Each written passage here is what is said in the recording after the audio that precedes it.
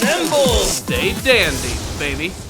Everyone who reads this month's chapter of Dragon Ball Super is going to be talking about Vegeta going to planet Yardrat and learning some sort of mysterious ability, or Goku training with Merus, who seemingly knows everything there is to know about the Ultra Instinct technique.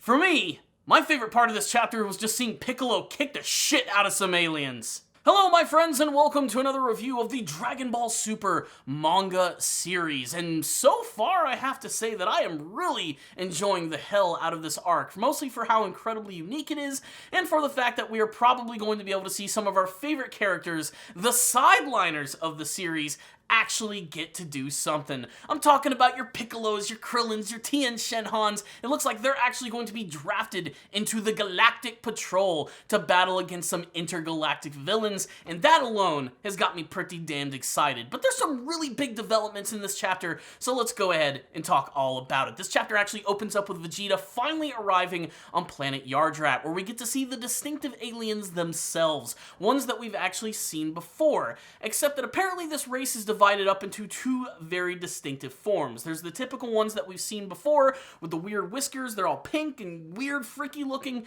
and then you have these short little pudgy ones, which kind of remind me of the slimes from Dragon Quest, except that they actually have bodies and wear the same clothes as the other Yardrats, and they have some pretty cool abilities. Abilities that Vegeta definitely wants to learn, and what's really great about this chapter is not only do we get to see the culture of the Yardrats just a little bit more, but we're actually introduced to the very Yardrat who taught Goku the instant transmission, and it's not one that I expected at all. He's essentially like the leader, the elder, the guru of the Yardrats, and he's this big, gigantic one. He's really goofy looking, and unlike the smaller ones, he even has his very own distinctive whiskers. But what's interesting here is that we get to learn that they use this ability which is known as Spirit Control, which to Vegeta and Goku is essentially just manipulating the power of Ki.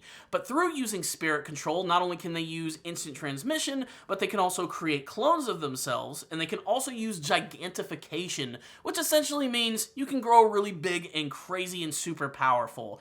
Now, of course, Vegeta seems like he wants to learn instant transmission, but he also seems to want to learn something else with the power of Spirit Control, something which is still a complete and utter mystery at this point, and something that also seems to annoy Vegeta quite a bit. I mean, you could tell he was already pissed off that he had to travel to this channel and learn a technique that Goku learned a long time ago, which has given him an extreme advantage in just about every single battle that he's always had. But Vegeta seems like he might even be able to tap into something a little bit more with the power of Spirit Control, and this could give him an edge in battle and again make him all the more distinctive.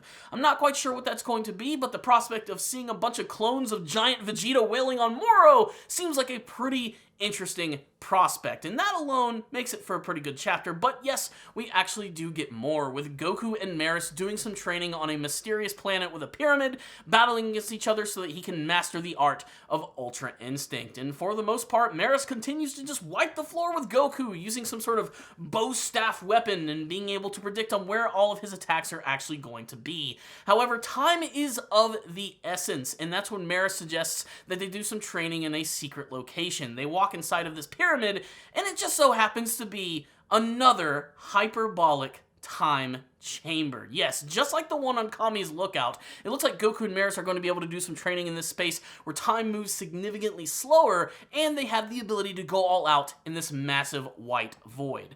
Now, this alone is an interesting prospect as to how this was even created in the first place, and maybe this could give us more insight into where all of this stuff actually came from. But the best thing about all of this is that we do learn that not only does Merus realize that Goku's using Ultra Instinct, but he's actually kind of familiar with the technique overall. And this leads to a number of crazy theories, some of which I've heard, some of which I've come up with myself.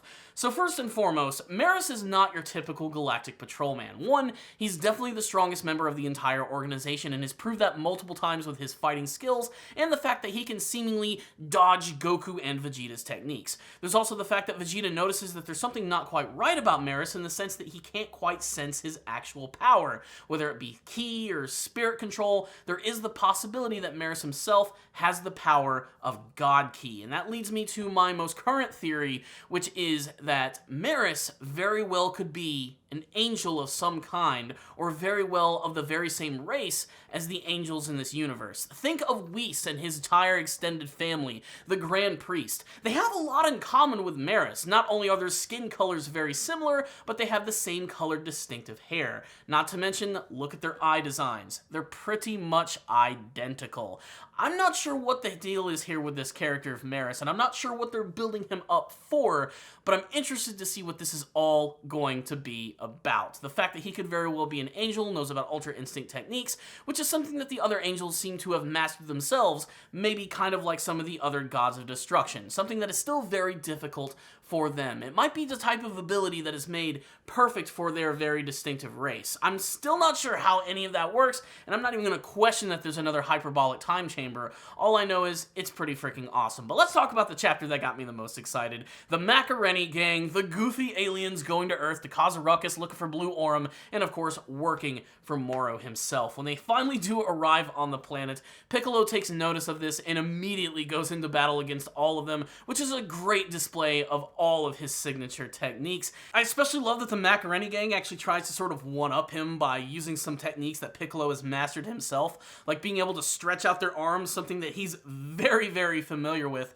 and just the overall fact that he is just wiping the floor with them, and it's really fun to see. It gives me hope that we'll get to see some other side characters from Earth actually get to do something, and Piccolo is one of my favorite characters from the series, so getting to see him actually do something is just awesome. The problem is, Piccolo realizes that these characters are so weak that after wiping the floor and spanking their asses, he decides to just allow them to go, leave the planet, and that'll be done with it. However, this ends up biting Piccolo in his green ass when Dende realizes that these characters are actually connected to Moro, and as they're escaping, they send out a distress signal to him, warning him that there are strong beings on this planet.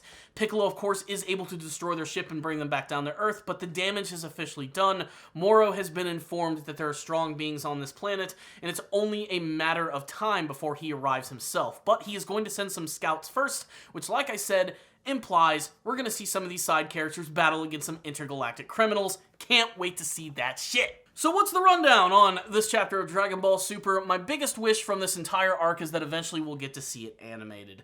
This has been one of the most unique and fun arcs from the entire series from a creative standpoint, from the introduction of all the new characters, to Moro, who I think is honestly going down as a classic villain for the series, and the fact that it's actually allowing everybody to do something cool. It's not just the Goku and Vegeta show. The fact that Piccolo got to wipe the floor with some aliens in this chapter was a lot of fun, and hopefully some of these other criminals are going to be really powerful and might actually give some of these Earthlings a really good fight, something that I think would be really awesome. Of course, like the rest of Dragon Ball, you're going to have to suspend your sense of disbelief in realizing that there are stronger characters out there that can actually take the Earthlings at this point. I mean, Goku, Piccolo, Krillin, all these characters, they've become so strong at this point that creating people who could actually go up against them is kind of hard to believe, and they made that very clear with the Macareni gang in this chapter. They were weaklings compared to Piccolo, but I mean, if they bring a lot of these guys here who have a lot of unique, interesting alien technology, this could really turn into something really exciting of seeing the Earth get invaded by all of these crazy aliens, and the eventual arrival of Moro, which is also going to add a little bit of tension here, as both Vegeta and Goku are going to desperately have to try and get stronger before they make their way back to the planet to use their brand new abilities, with Goku probably going to be able to master the ability of Ultra Instinct, or at least getting just a little bit closer to it, and Vegeta learning some sort of crazy Yardrat spirit control technique. What I do love is that they're both distinctive. Yes, Goku has already learned instant transmission, but what if Vegeta learned something completely different that Goku did not even know about? He might have more of an opportunity to do that, and might even have the ability and skills to make that happen. But it's Goku training with Merus that, of course, I'm really excited about when compared to Vegeta, because, come on, Ultra Instinct. One of the coolest forms ever introduced, and it's still so new, but it's my favorite Goku transformation. I think it's one of the most unique things from the series, despite the fact that it's really not all that unique at all. I just love the overall aesthetic of the entire technique, and the fact that Goku hasn't just instantly mastered it, just like every other technique in the series. It's something that he's truly had to work for, and still doesn't really even seem like he's getting all that close.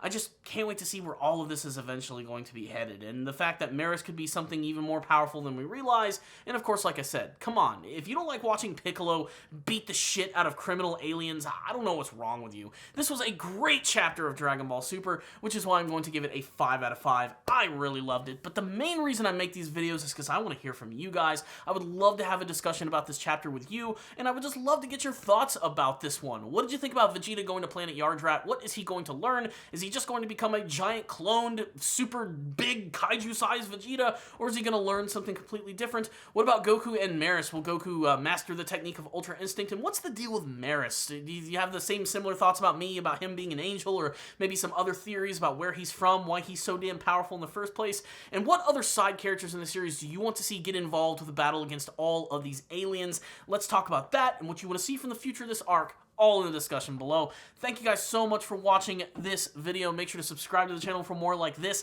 If you like this video, please use your most powerful Ki Blast attack and smash that like button with it. And of course, I'll see you all next time. And as always, stay down, baby.